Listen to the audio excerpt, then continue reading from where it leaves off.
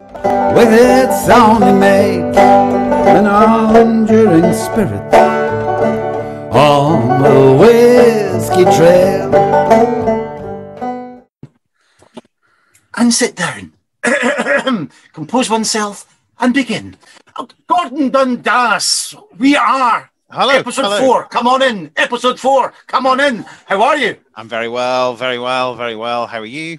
Here we are, episode 4 of series 3, and you have got the count of number of episodes. 32. 32 episodes. That is like a box set on Netflix. That really is. What were you doing when you were 32, Gordon? That's what we all want. Everyone at home, what were you doing when you were 32? We are 32 today with Whiskey Unscripted. What year would that be? I know. What was I doing when 32? That's a long time ago. I think I was working for Whiskey Magazine, 32. Yeah, I was. So I was working for Whiskey Magazine. So yeah, that was I was working for Whiskey Magazine. Fantastic. Good stuff. I'd like to know more about that, Gordon. That's something to discuss in the future. Yeah. So, Gordon, we have got we're going across the worlds for this episode.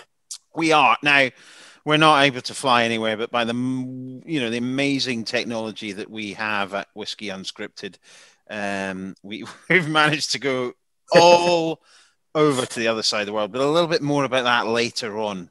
Yes. The reason I'm giggling is because I thought we might go in for a bit of continuity. We recorded this interview yesterday, and even I thought maybe I should wear the same top and pretend it's a seamless, but that's not going to happen.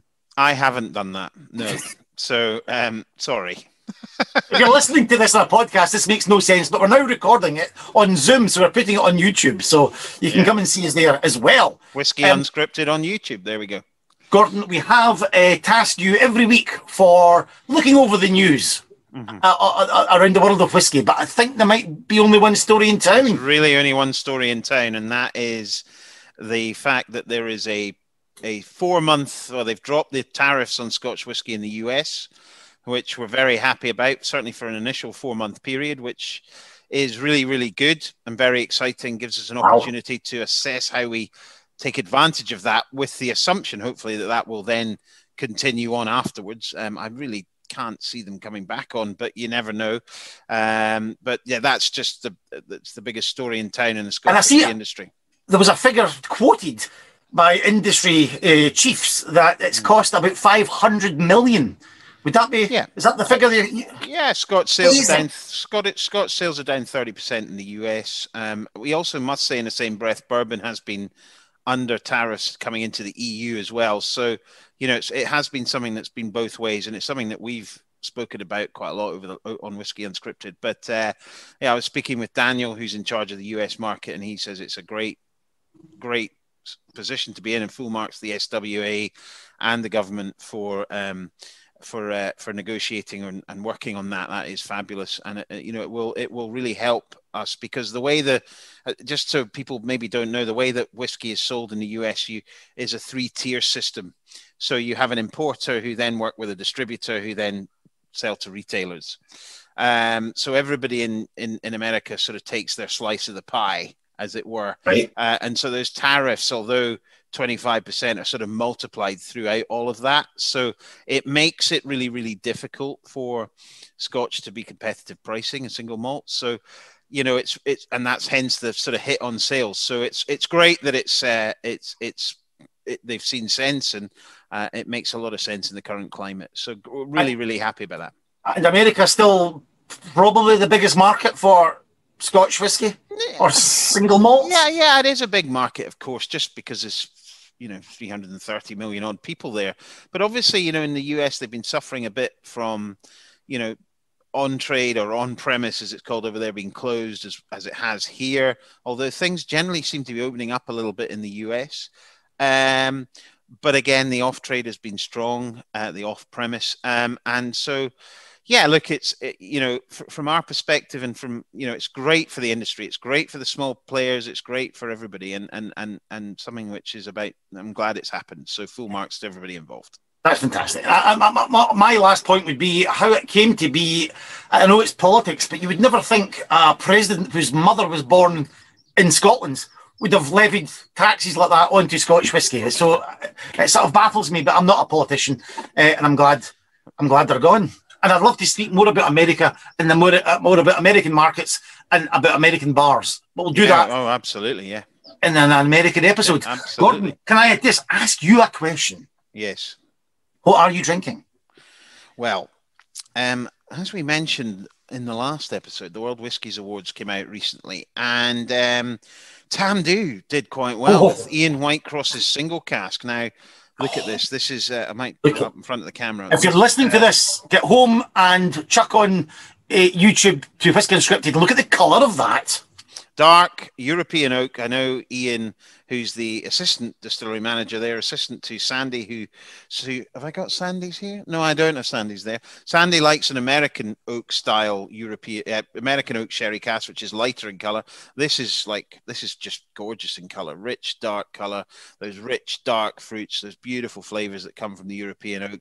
Award-winning single cask, and very, so I thought, I've got an open bottle. I'm going to try a little bit of that. So beautiful. This was official, the official world's best single cask. Not yet. Category winner. It probably should go on to be the world's best, but that will be announced in a month's time. But it's won its category, so it's gone as far as it can at the moment. We've released some great single casks over the last few years, and this is another prime example, selected by Mr. Whitecross. So well done, Mr. Fantastic. And so that's a great single cask available on tamdhu.com. Should you be interested?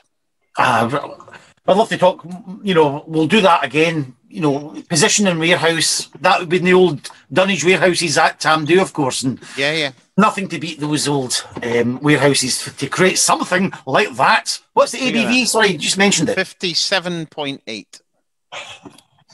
Oh, no, 57 flat. Sorry, not 8, 57 flat. So, just lovely red berries, all those lovely flavors coming through. Nice bit of alcohol strength. Now, what have you got there? I've got something I'm not going to mention because I drink this later on in the episode. Oh, this is the continuity bit. Yes. Although my jumper's not the same.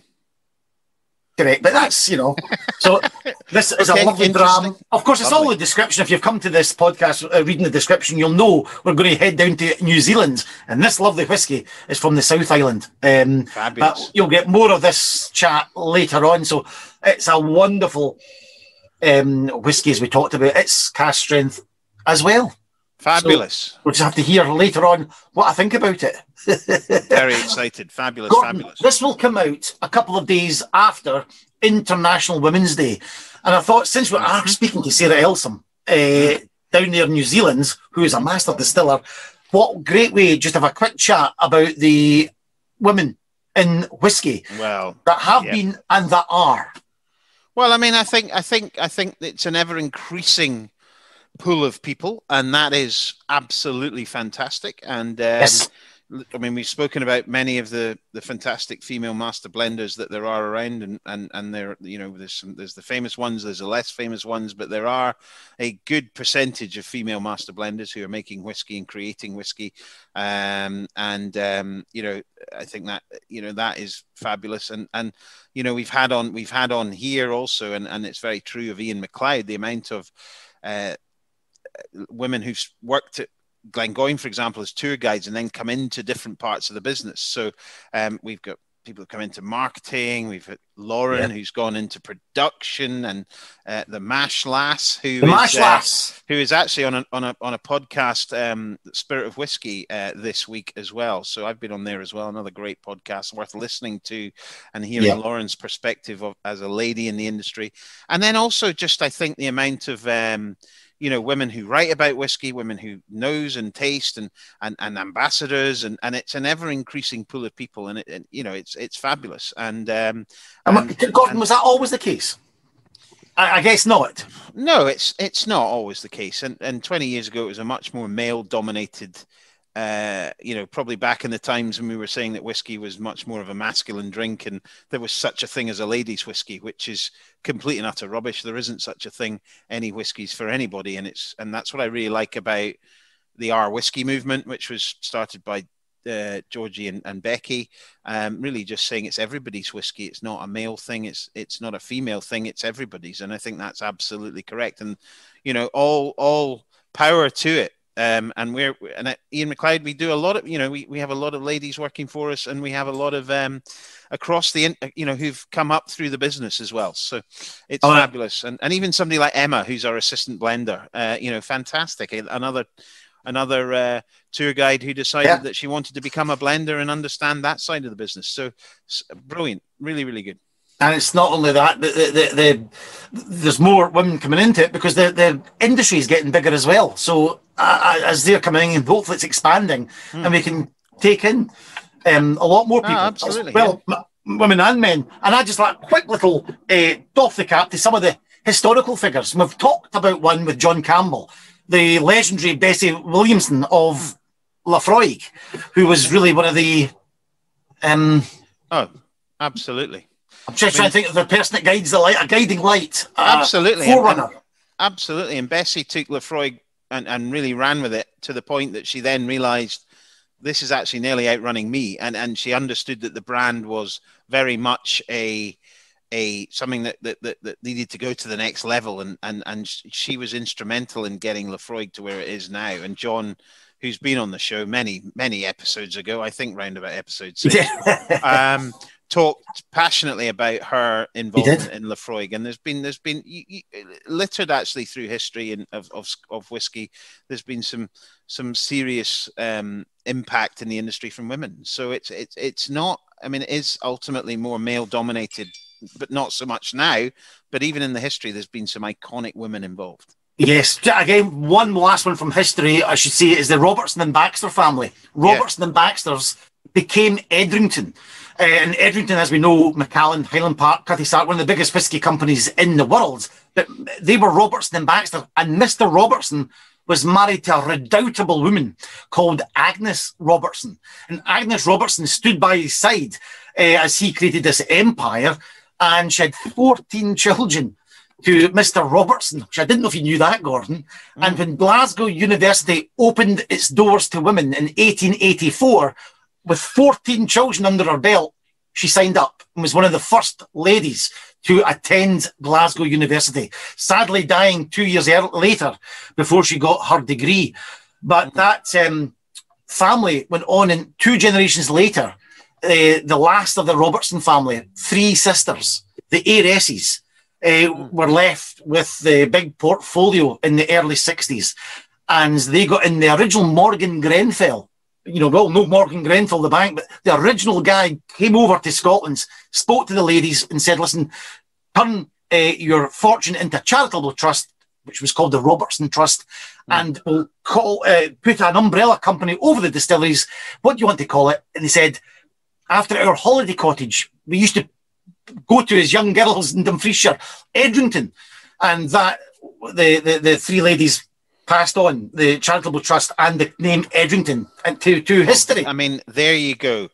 Now, you see, that's quite interesting because I didn't know that was Edrington, and that I didn't know where that name came from. So I have learned something on Whiskey Unscripted, which is great. The other classic, although just so that another holiday sort of area that's the name of a distillery, can you think what this one might be? Ailsa Craig, something? I was thinking down Ayrshire. Ailsa Craig would be an interesting holiday place. Yeah, so on an island. So Ardmore Distillery up in the Highlands, owned by Victoria, is a peated Highland whiskey. Historically associated with the Teacher family. The Teacher family, who were Glasgow, serious sort of Glasgow whiskey people, probably about as big as the Langs, if you know what I mean. Similar sort of. Of course they are. And they had a house on Ardmore Point, which is very close to where I come from. I think I've mentioned this before. But they took the name of that, Ardmore, and took it up to the Highlands and called the distillery Ardmore. So a similar story. So another one. So that's quite interesting. So, yeah. Well, Gordon, I think that's us covered the news. We'll get lots of little sections we'll put in, but I think we're going to just go down to New Zealand because we met up with Sarah with a real cracking interview. It lasts just over half an hour. And fabulous. I think we'll devote the rest of the programme in the week of International Women's Day to one of the master distillers in the industry. And maybe you want to tee this up, Gordon. Well, I know, absolutely. I just want to say a big thank you to David Swift, who I know listens to the podcast. I know he's a fan of Tamdhu down there in New Zealand. Obviously instrumental in getting us to the top 50 listened podcasts in New Zealand. Thank you, David. He obviously listens to it. Kept on downloading it again and again. David sent me really enthusiastically and very kindly sent me 2 samples of the whiskey, which we're going to sample with Sarah. These are very special whiskies. You're going to sample that one as well. It's Cardrona Distillery on the South Island of New Zealand, and I had a look at some of the pictures. It's, oh my gosh, it's just like Scotland. So it's amazing. Very exciting, and I'm looking forward to it. Let's go and meet Sarah, which is fabulous. Let's welcome Sarah Elsom on to Whiskey Unscripted. Sarah is master distiller at Cardrona? Is that right? Have I got that all right? You got that all right. Hang on. So live from the South Island in New Zealand, my favourite country. Hold on, I'm just going to take these off. It's a bit hot in here. There's a surprise coming. There's something coming. Here he goes. Taking my eyes off already. What's he got on? Hey! There you go. Yes. For all those who may not know what I've just shown, this is a Team New Zealand shirt. Team New Zealand about to go up against the Italians in the America's Cup final in Auckland. I think, unfortunately, it's been postponed because Auckland's in lockdown, but Team New Zealand all the way. So, yeah, New Zealand. Sarah, great to have you on the podcast. Great to be here. Thank you for having me. And can I just say, you're in a fabulous room. Could you just explain, before we get into all the details, where are you? Paint a picture.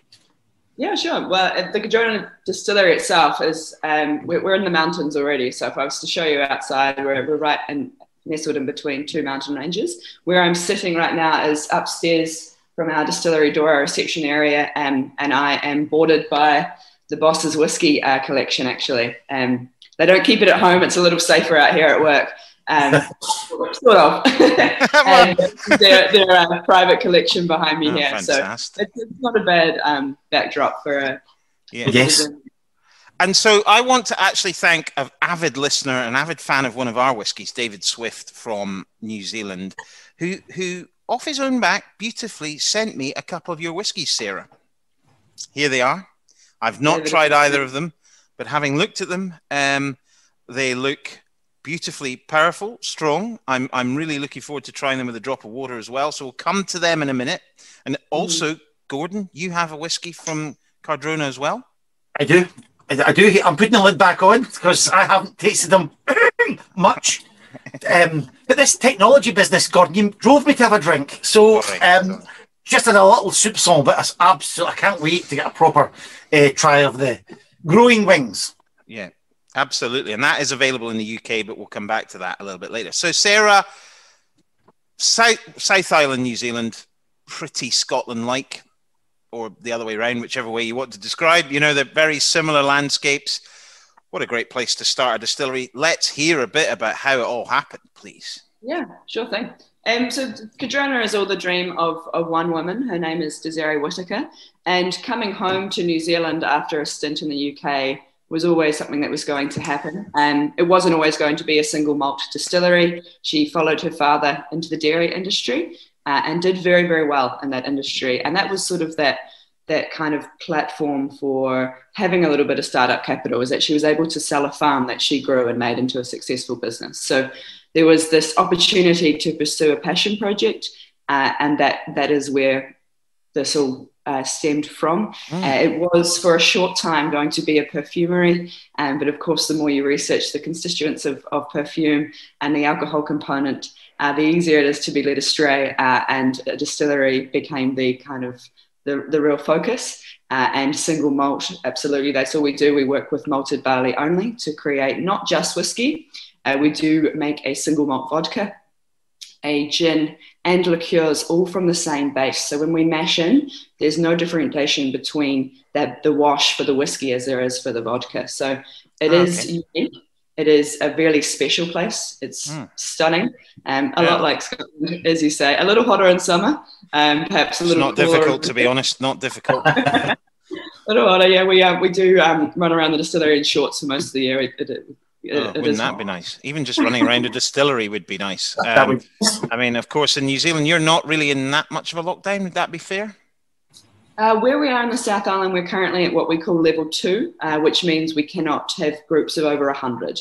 So it is fairly business as normal. Gosh, groups of 100. Wow, that'd be lovely. And when we go to the pub, we have to sit down right now, so we get served rather than having to go to the pub. To be fair, yeah, I can almost feel it. We can't complain at all. No, and that's full marks to New Zealand. We're not gonna labour and talk about that though. That's not what we're here to talk about. So Cardrona has been great story, and I did see in the notes that she got influence from some people around the industry. Dave Pickerel, for example, from Maker's Mark, what a legend, and unfortunately left us a couple of years ago. But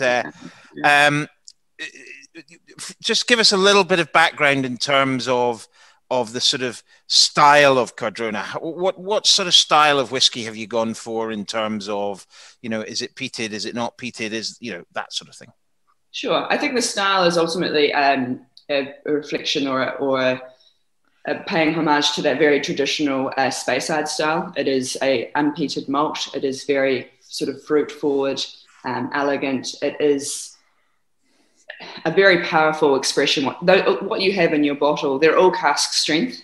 When Desiree started this out, yeah, you got it. She actually had no intention of launching a whiskey before 10 years in barrel. Mm-hmm. We were gonna hold out. And so what we have in front of us are effectively progress reports. And it was really important for us to communicate that it was a young whiskey, but this is what's happening in the cask right now, not a version that we've watered down and presented to you. So all of our launches, all of our whiskey expressions available are cask strength. And it's another great talking point for us. We've got people walking in the door that are learning about whiskey for maybe the first time. And it's really quite awesome to pour them something that we then get to talk about how water can change and open it up. So it's been a lot of fun having cask strength whiskies on the floor. And have you been involved from the beginning? And what I mean is like in the procurement of the equipment and all that sort of element of it? No, that's all Desiree. She spent years researching for pulling this together. I was hired when this place was a building site. So the team arrived a little earlier than opening day and sort of mucked in and sort of, helped electricians and builders where we could. We dug the irrigation in for some of the landscaping work, and then we were in once we were ready to go. So it was early days, absolutely, when I joined the team. But the initial commissioning of the stills and the procurement of the equipment was done by Desiree prior to the team arriving.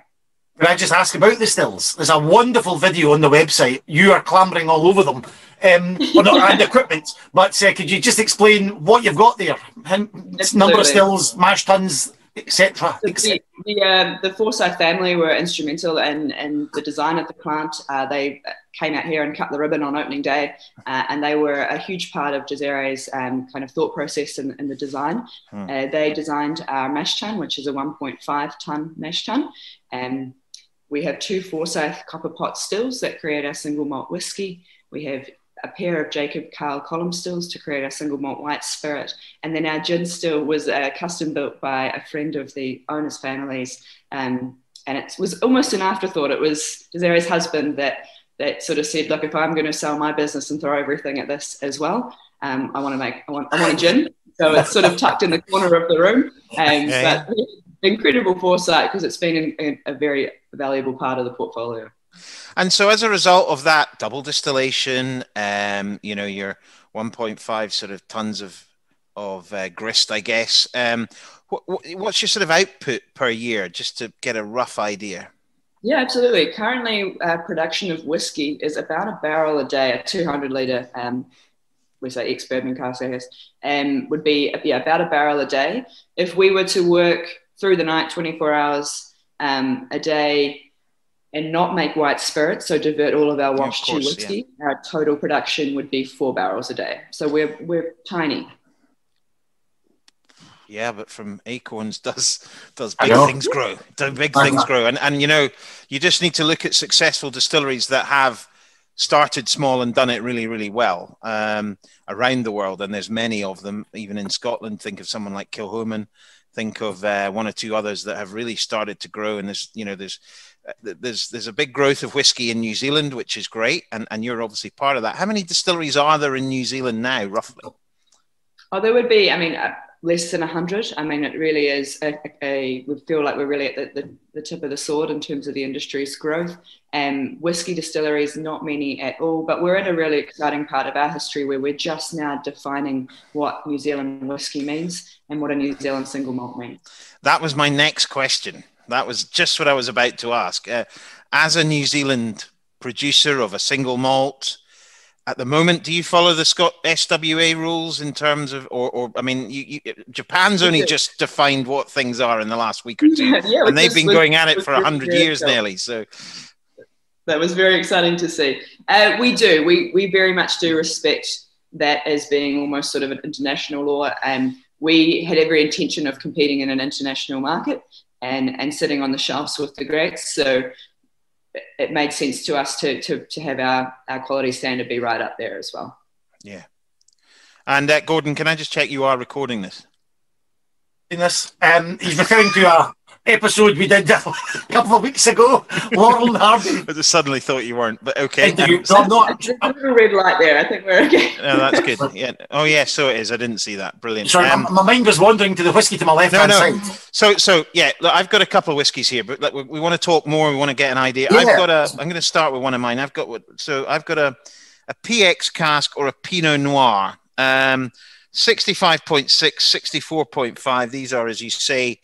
These are journey, this is on a journey through to an older style. Which one should I go for first? I would start with the Pinot Noir, the 280. Okay. You should probably take a moment to explain that David has been very kind to you. Those samples have been hand-drawn from casks that we have personally selected to be available for a special tour experience where you're led into a separate room and you draw from a barrel. So you actually can't buy that whiskey. That you have in your hand. David, you've got to go to the South Island. That's Gordon. You've got to come and visit us. You've got to get you in the barrel, smell them. As soon as you drink that, Gordon, that's your ticket's got to be bought. Can I just say I am due to be in New Zealand next year, so I will be coming to see you. Let's hope we can do that. Right, I'm going with the Pinot Noir, the Family Reserve. Here we go. 65.6. David, thank you. Wonderful. And Sarah, just on that point, you're saying you can go to the distillery and draw these out of a cask. What is as you'll know, tourism in Scotland for whisky tourism is huge and it's growing. What's it like in New Zealand? Are you getting when not a pandemic, bodies through the door, getting enthusiasm? No, we are, absolutely. People are very interested. We're in an area that is famous for wine. So there is already that established culture of visiting wineries and doing wine tastings. Appreciation for craft beer has just absolutely blown up. So wine and beer have paved the way. And now it's sort of up to the spirit makers of New Zealand to introduce spirits as something worth having, every day as opposed to just in special occasions. Really exciting. It's exciting, isn't it?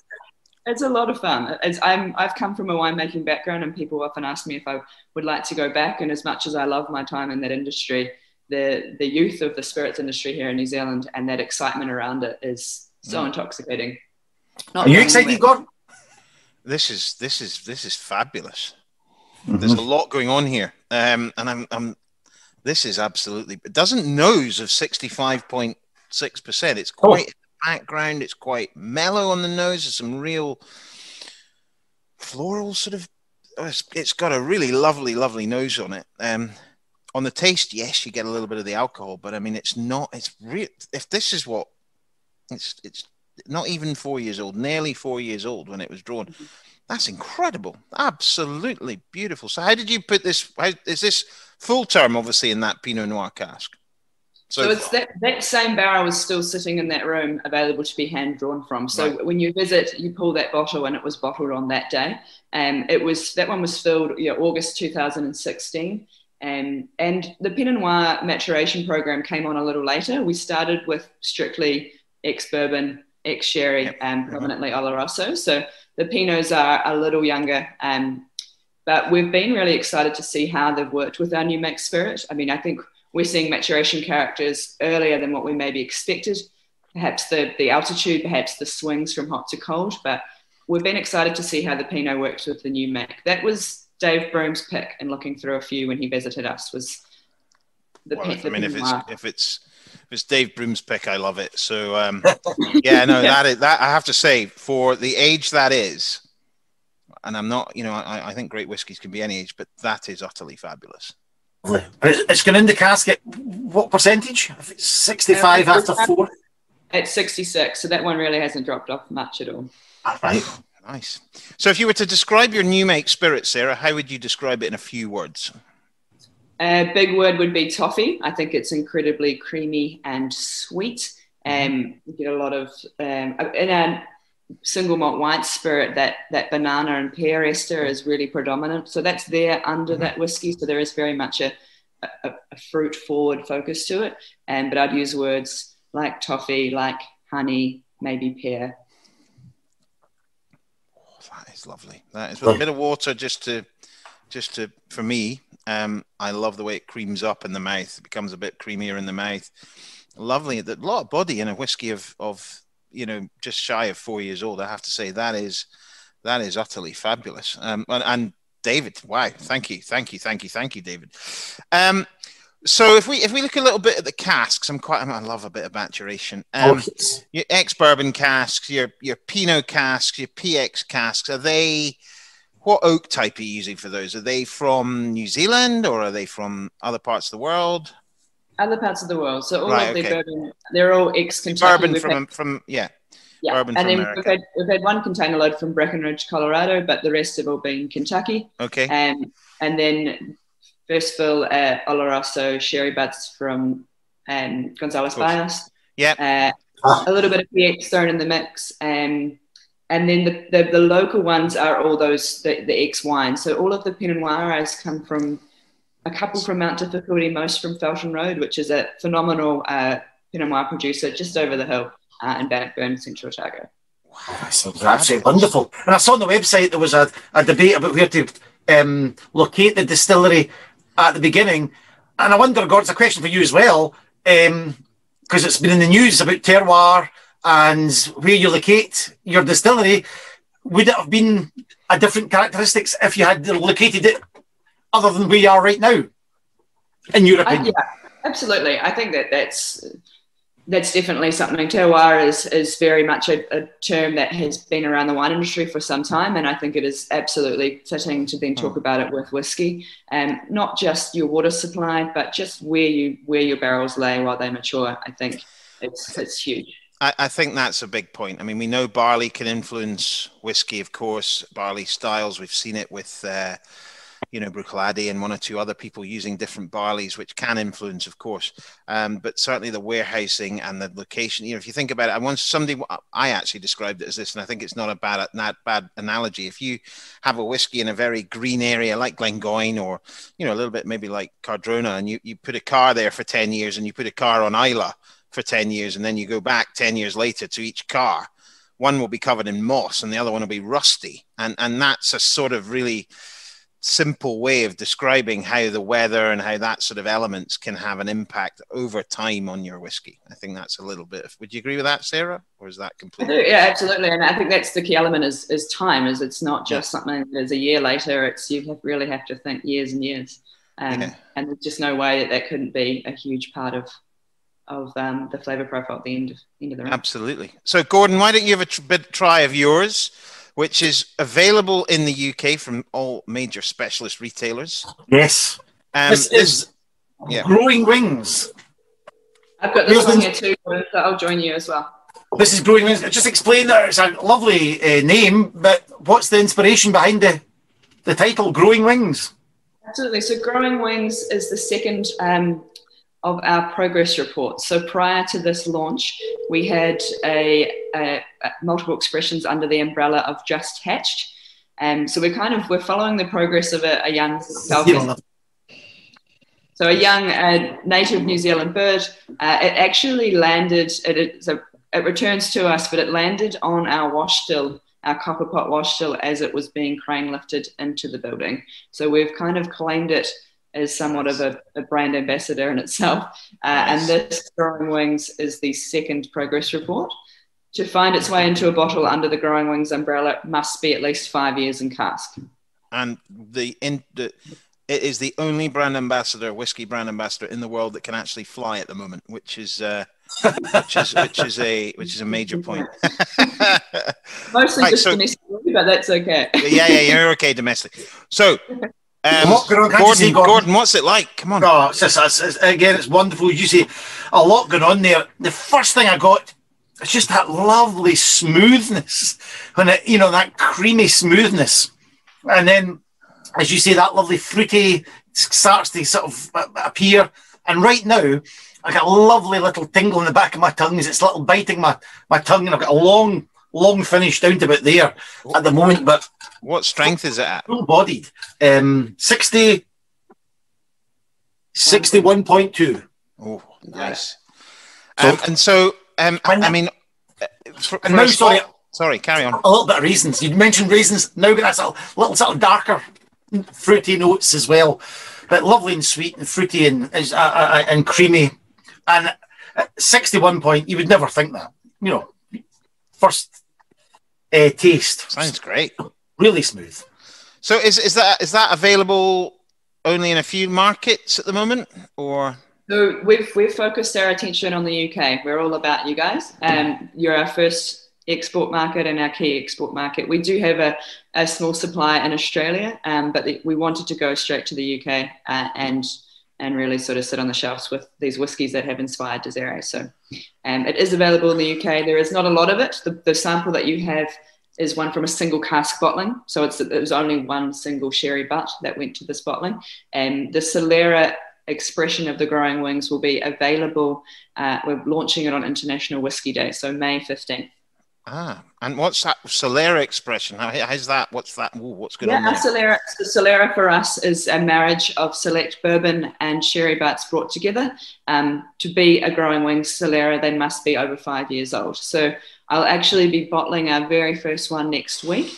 And then we'll be getting it on the water and getting it over to you. Oh, fantastic. So everybody in Europe, particularly now because it's really hard to get things from Brexit into Europe, but UK, fantastic. I'm sure it will be expanding as you get more and more sort of casks over. And wow, that looks great. Sarah, why the UK?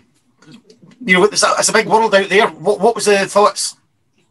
I think really it is just because so much of Desiree's training and research was centred in Scotland. She did spend a fair amount of time in the States as well, and I think they're very much on the priority list of being maybe the second location. But I mean, we were never going to compete in a commodity market. We were always going to shoot for the highest possible quality whiskey that we could ever make, and I think it is internationally recognised that the Scots do know what they're doing. So we wanted to get over there and be competitive. You say that. I'm delighted you made that decision. Yeah, absolutely. So if you could, this is a question. I think what I've tasted there, and that Pinot Noir is just beautiful. I mean, fabulous. The Growing Wings sounds amazing, and I'll get the remainder of that sample off Gordon before he finishes it, and I'll swap him with one of mine. Okay. If you... And I think as you say, do you have an ambitious? If you could say, I really want to produce a style of whiskey like this, is there a particular whiskey that you think I'd love to be able to produce something that's similar to that? Or, I mean, obviously you have your own unique stills and all that sort of thing, but is there a particular, you said Speyside whiskey, is there anything that you look at Scotch and you go, I'd love to be as good as that? Or it's a hard one because I think we either want to pigeon. We're still at this sort of young point where we have all, we can go and you can go anywhere. Yeah, totally. And I think in visiting Scotland and from the distilleries that I have visited, I was definitely drawn into Glenfarclas and how they really just focus on doing something really well, rather than having, you know, every expression under the sun. They have their kind of core range and they do it really well. And I think we need to really hone our craft and do something really well before we get to experimental. For us, experimental is just finding the best way that we can create the best whiskey that we possibly can here. Yeah. No, absolutely. I mean, that's a great example. Glenfarclas, what they do it well. The family-run Scottish business, great Scottish business. Not, you know, and certainly I would agree. It's a great example to take as a sort of you know, a sort of model maybe to look at. But as you say, even on that, you have the ability to move around. No, just saying, Gordon, on that question, we could ask Sarah. Doesn't need to stay in Scotland since it's whiskey unscripted. You know, desert island whiskies. What would you grab to you know, give us 2, 3 or 4 whiskies you'd, apart from your own, but you'd grab to go and stay for a year on an island? Unlimited supply of 3, 4. It doesn't have to be Scotland, but I think it kind of is. You know, I visited Isla and not liking peat, and I made the mistake of telling the locals that, so it sort of became a personal mission of a local bartender to convert me, and he did. He was successful. So I'd say probably a Bowmore 15 would be with me. One of my favourite whiskies. Yep. Great. I just think it has the right amount of peat for me. I like it. It pulls you in. Nice. Oh goodness, what else? This is hard. I know it's hard. Gordon used to work for Bowmore. You've done well. Yeah. You've done. Pick the box. That's a tough question. Yeah. I don't know. I mean, I'm still kind of at the point in my career where I just want to taste and try everything. That I don't really have this sort of list of go-to favorites. I'm more excited about walking into a store and grabbing something I've never tried. Yeah. Okay. Absolutely. And I think I can organise that. I'll organise that in Ireland. Yeah, you got to deliver every month. And that's a great whiskey attitude. Absolutely right.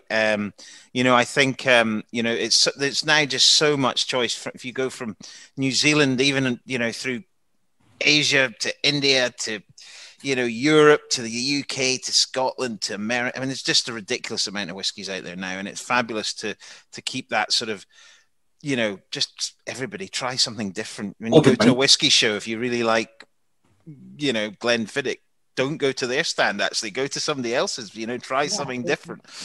Absolutely, and you know, we hope that you know, we're all able to get down to New Zealand.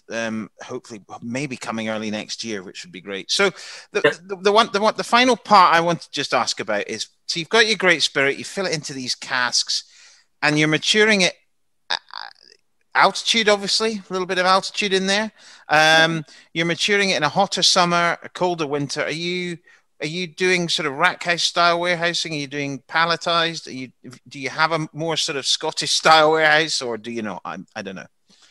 We Distiller initially looked into sort of a dunnage style floor for environmental reasons. Actually, that prohibited. We couldn't risk a spill.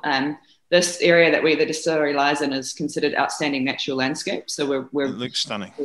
We're very much under these sort of conditions of really looking after where we are, which is great. That's what we want to do anyway. So dunnage sort of flooring went out the window. So it is a concrete floor, and it is we kind of just created our own racking system. So we've gone up. Wow. We're in the process of designing a new warehouse, which will have a racking system yet again, not palletized. I think in the new design, we'll think a little bit more about accessing casks. It can be a little tricky. yeah. There's always that issue. You're like, oh, great. And then can we get the one in the middle? Oh, no. Yeah, exactly. Yeah. So a great idea when you're sort of filling it. You're like, yep, we'll capitalize on this space, get them in there. On the other end. So we'll think a little bit more carefully about that in the new warehouse, but we are racking it. It is a heavily insulated warehouse. The doors are opening and closing as we welcome visitors, sure. And in the heat of summer, we do sort of practice just getting the hose out and wetting the floor down to try and keep a bit of humidity in the room. But I mean, the place is a huge influence on the whiskey, and we let it do the talking, really. It's talking well. And I would like to ask, last week we had one of the world's leading truffle makers on talking about pairing whiskey and chocolate and all these lovely flavours. Earlier on in this episode, we had those lovely almonds that and our friend Diego is just starting his journey and trying to create something made from in Spain that connects with Scotch whisky. What would you recommend with the whiskies that Gordon's got, or the whiskies that I've got, that would pair well with food? And I've seen there's a lovely menu at your distillery. I'd love to come down and sample some of the food there. You've got little small bites, and you've got some, lovely drinks to go alongside that. But generally speaking, what would go well with a Cardrona?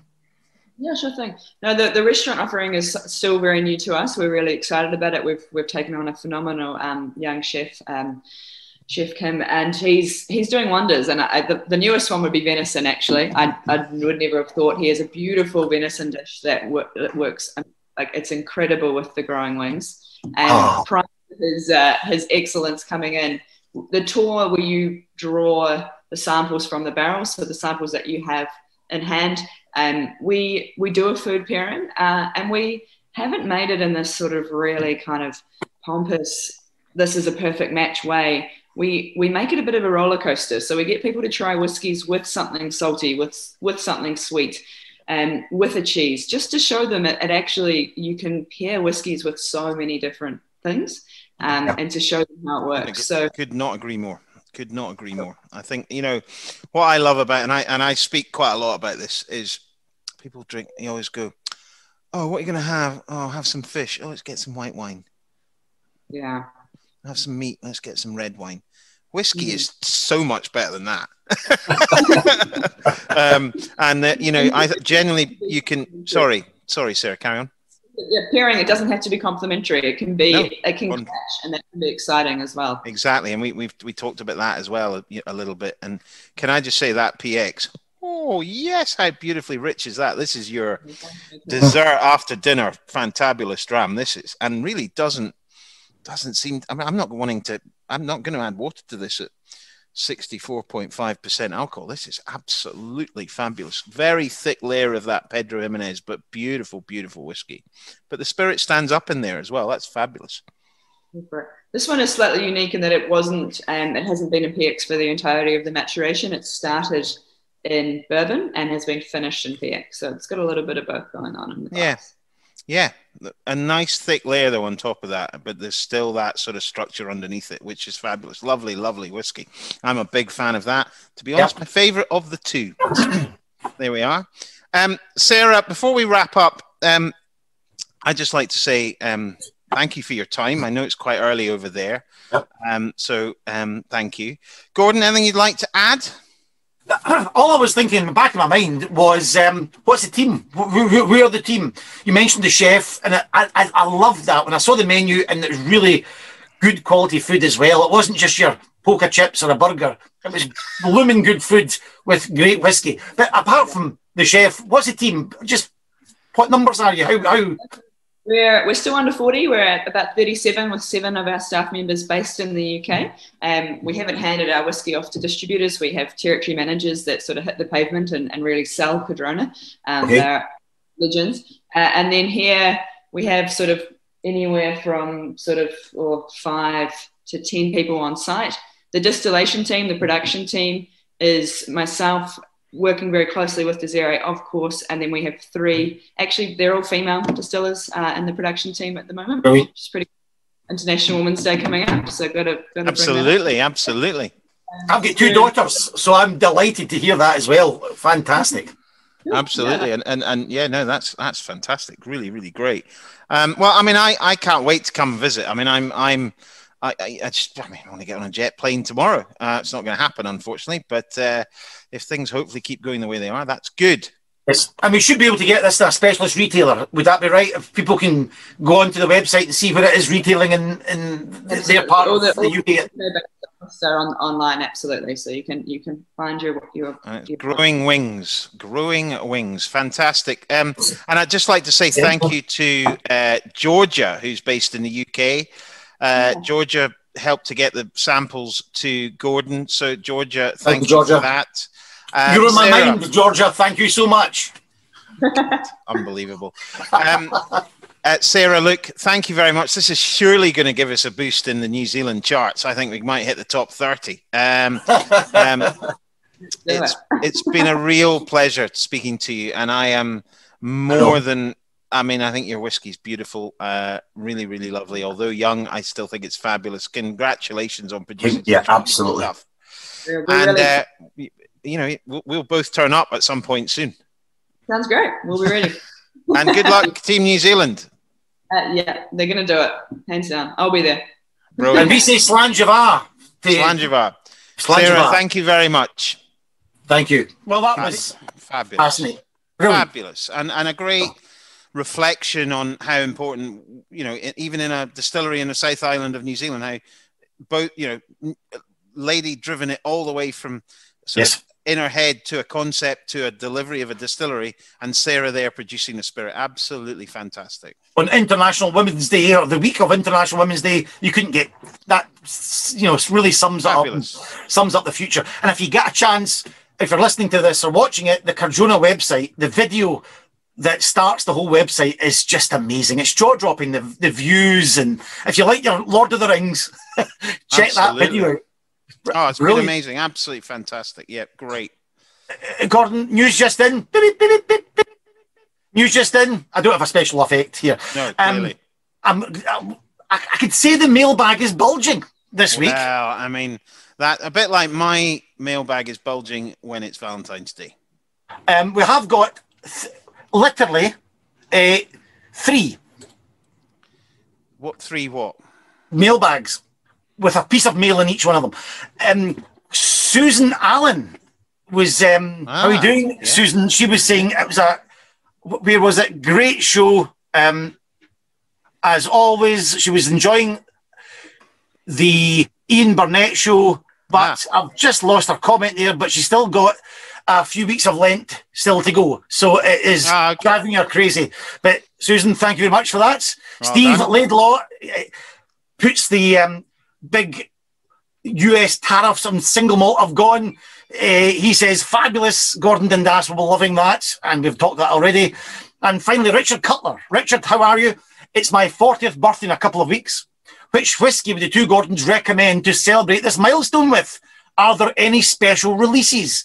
And I then contacted him back about budget, and he said, and about peat. He says, 50, 60 pound. I don't mind peat. He's got a Laphroaig Select, a 6 Isles, and a Talisker 10, and he's covered. So, over to you, Gordon.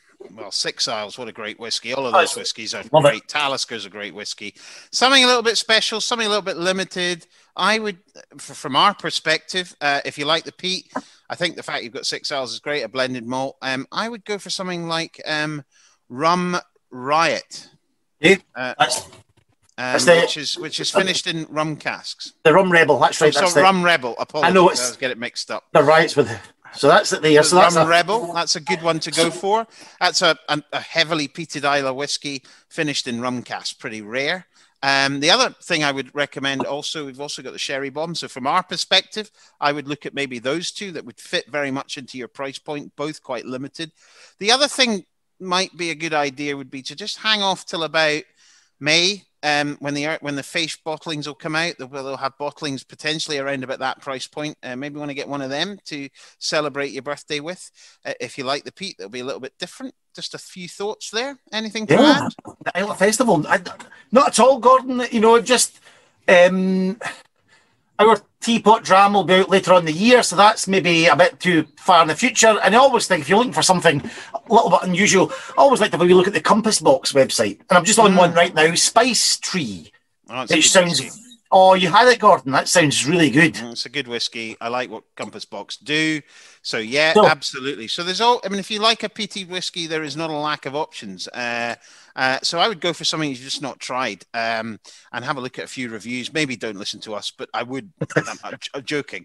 Both those smokeheads are fantastic. So there we go. Well, what's quite good about that, Gordon, is I'll have some suggestions for when I'm 40. So I'll note that down. So excellent, Richard.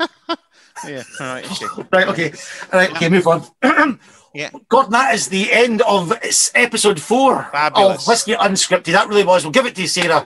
It was wonderful. And I think that's really all there is to say. Next week, we're going to be doing a little bit of food pairing. with lovely Diego Boras and his lovely almonds. So fantastic. We'll do that. I'm looking forward to that. I've heard a lot about these almonds. I'm looking forward to it. We're also we'll be covering some other random topics in the next few episodes, running up to sort of mid-April when we'll take another break, and then we'll be on in the summer. So, look, it's been fabulous. Thank you. We'll see you all in 10 days' time with episode 5. We're doing a 10-day. Okay, goodbye. Got there. Bye-bye. On the whiskey trail.